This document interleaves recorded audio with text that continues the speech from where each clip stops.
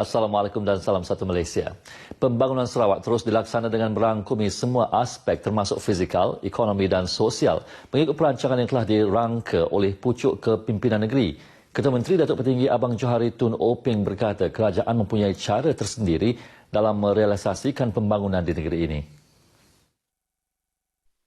Jelasnya dengan perancangan pembangunan yang telah dirangka, beliau yakin Sarawak akan terus maju pada masa akan datang. And perhaps try to think what we will do for the future. I think that is where the interaction, the connectivity, the cultural exchanges will enrich us as we go forward to build a very strong Sarawak. I think we have our own Melayu kata acuan lah. We have our own mall. Let us prepare our cake according to our own mall. Beliau juga turut berterima kasih kepada Kerajaan Persekutuan yang memahami polisi di negeri ini yang mempunyai latar belakang masyarakat berbilang kaum dan agama. Datuk Patinggi Abang Johari berucap ketika menghadiri Majlis Rumah Terbuka Hari Krismas Uskup Gereja Anglikan Sarawak dan Brunei Darussalam Donald Jude di kediamannya di Pekarangan Katedral St. Thomas di Kuching. Dalam pada itu, Ketua Menteri turut menyeru masyarakat berbilang kaum di negeri ini supaya terus mempertahankan semangat perpaduan yang telah terjalin sekian lama. Katanya dengan pelbagai sambutan perayaan akan dapat meningkatkan persefahaman yang kuat antara komuniti di negeri ini. Amalan sedemikian katanya mampu melahirkan budaya saling hormat-menghormati dalam kalangan rakyat serta menjadikan negeri ini sebagai model untuk masyarakat luar. Turut hadir isteri Ketua Menteri Datin Patinggi Datuk Jumaani Tuanku Bujang, Menteri Muda di Pejabat Ketua Menteri Hal Ehwal Korporat Abdullah Saidul, Menteri Muda Undang-Undang dan Hubungan Kerajaan Negeri Pusat Sharifah Hasidah Syed Aman Ghazali dan Ahli Dewan Undangan Negeri Batu Kitang Lauka Chiang. Sementara itu, kerajaan sentiasa memberi sokongan terhadap aktiviti keagamaan yang diadakan di negeri ini. Uskup Gereja Anglikan Sarawak dan Brunei Darussalam, Donald Jude, dalam ucapannya berkata, perkara tersebut berupa bantuan dan peruntukan yang disalurkan kepada persatuan-persatuan keagamaan di negeri ini. Beliau juga berterima kasih atas sokongan yang diberikan terutama dalam aspek pendidikan di sekolah-sekolah keagamaan yang ada di Sarawak. Ujarnya, tanpa sokongan daripada pihak kerajaan, sukar bagi persatuan-persatuan keagamaan di negeri ini melakukan aktiviti mereka. Sementara itu, beliau turut menyatakan sokongan padu persatuan-persatuan keagamaan di negeri ini terhadap dasar dan pembangunan yang dibawa oleh kerajaan negeri selama ini.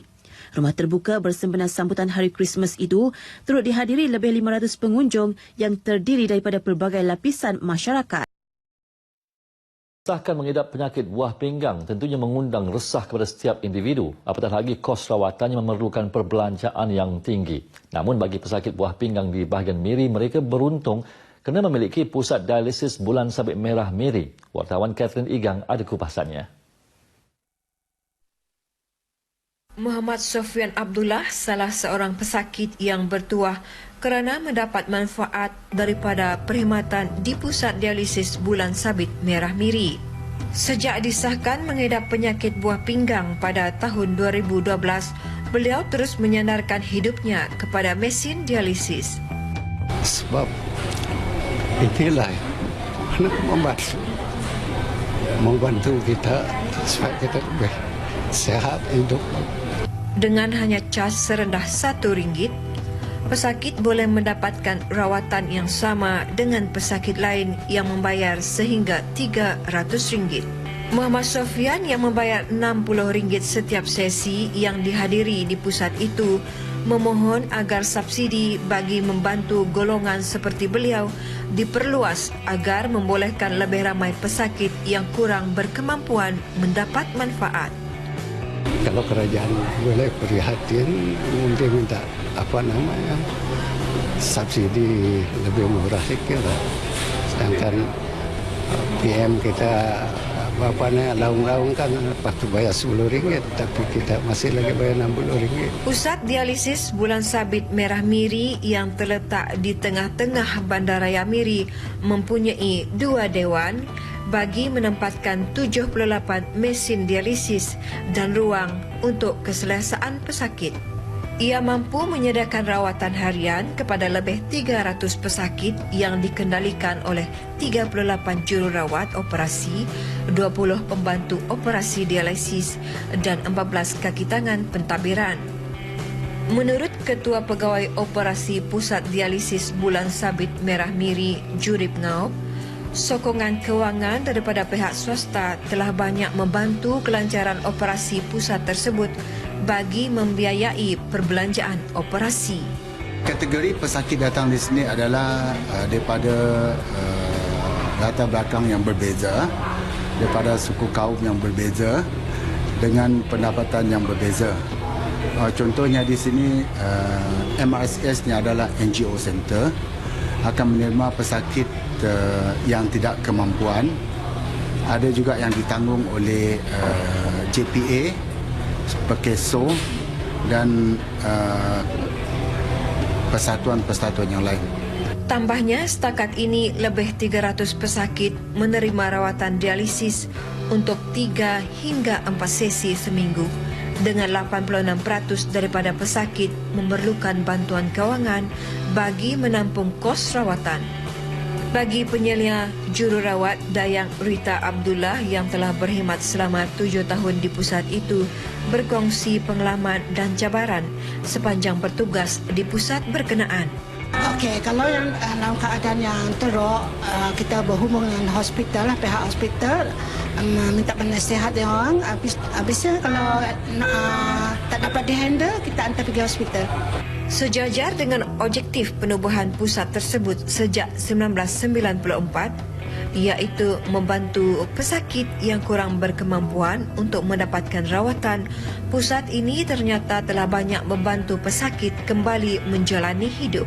Justru sebagai sebuah pusat dialisis yang paling besar di Sarawak dan yang termoden di utara negeri ini, Pusat Dialisis Bulan Sabit Merah Miri terus menawarkan perkhidmatan dan kemudahan yang terbaik kepada pesakit buah pinggang. Berikutan perkhidmatannya adalah setara dengan pusat dialisis di Singapura. Sekian laporan Catherine Igang dan juru kamera Awang Zaiteh Awang Fauzi dari Miri Sarawak untuk RTM. Polis Sarawak terus menggempur lokasi penjualan loteri haram di negeri ini. Terbaru 26 individu ditahan hasil daripada 23 serbuan yang dijalankan. Menurut Ketua Jabatan Siasatan Jenayah IPK Sarawak, premis kad tambah nilai prabayar masih menjadi tapak modus operandi penjualan loteri haram dengan 18 serbuan daripada seluruh operasi. Sementara itu, daripada 12 daerah yang disasarkan, Miri merekodkan serbuan tertinggi dengan 6 serbuan, diikuti Kuching 4 serbuan. SAC Datuk Dev Kumar yang dihubungi pemberita RTM turut mendedahkan kesemua yang ditahan berumur antara 16 hingga 49 tahun dengan seorang daripadanya merupakan warga negara asing. Pihak polis turut merampas wang tunai berjumlah RM3,205 selain menyita pelbagai perkakas perjudian termasuk telefon bimbit dan mesin pencetak. Kes akan disiasat di bawah Akta Rumah Perjudian Terbuka 1953. Ribuan penduduk sibuk berkumpul di tebing Sungai Merah bagi menyaksikan acara terjunan angpau yang masuk tahun ke-8 penganjurannya tahun ini. Menurut penganjur acara itu, Peter Chung Ngiok Kwong, 3 aktiviti menarik dirancang bagi memeriahkan suasana sambutan Hari Krismas di Sibu tahun ini. Acara pertama adalah pengagihan 5,000 cupcakes kepada orang ramai, manakala acara kedua pula menangkap itik di dalam sungai. Dalam aktiviti ini, 100 ekor itik dilepaskan ke dalam sungai dan orang ramai boleh terjun ke sungai untuk mendapatkan itik-itik berkenaan. Kemuncak acara itu adalah terjunan angpau yang menyaksikan para belia akan cuba mengimbangi badan mereka di atas palang kayu yang dilintangkan di tengah sungai sebelum mereka terjun dan cuba mengambil angpau yang digantung tidak jauh dari hujung palang tersebut. Untuk acara ini, sebanyak 20 angpau dengan setiap satunya mengandungi RM30 menjadi habuan bagi mereka yang berani melakukan aksi ekstrim tersebut. Seronok, happy, hari ini untuk kita enjoy saja. Ada perasaan takut, satu takut pecah barang nanti. Betul banyak nak. Sebab ini tiada insuran. Okay, hari ini dapat berapa ringgit? Tembak. Ya, dapat 30 saja. 30. Takutlah. Sebabnya goyang-goyang. Masa hari ini sudah dapat berapa? 2 dah. 2 dah. Ini mau main tikang. Saya Toke punya tahu lah.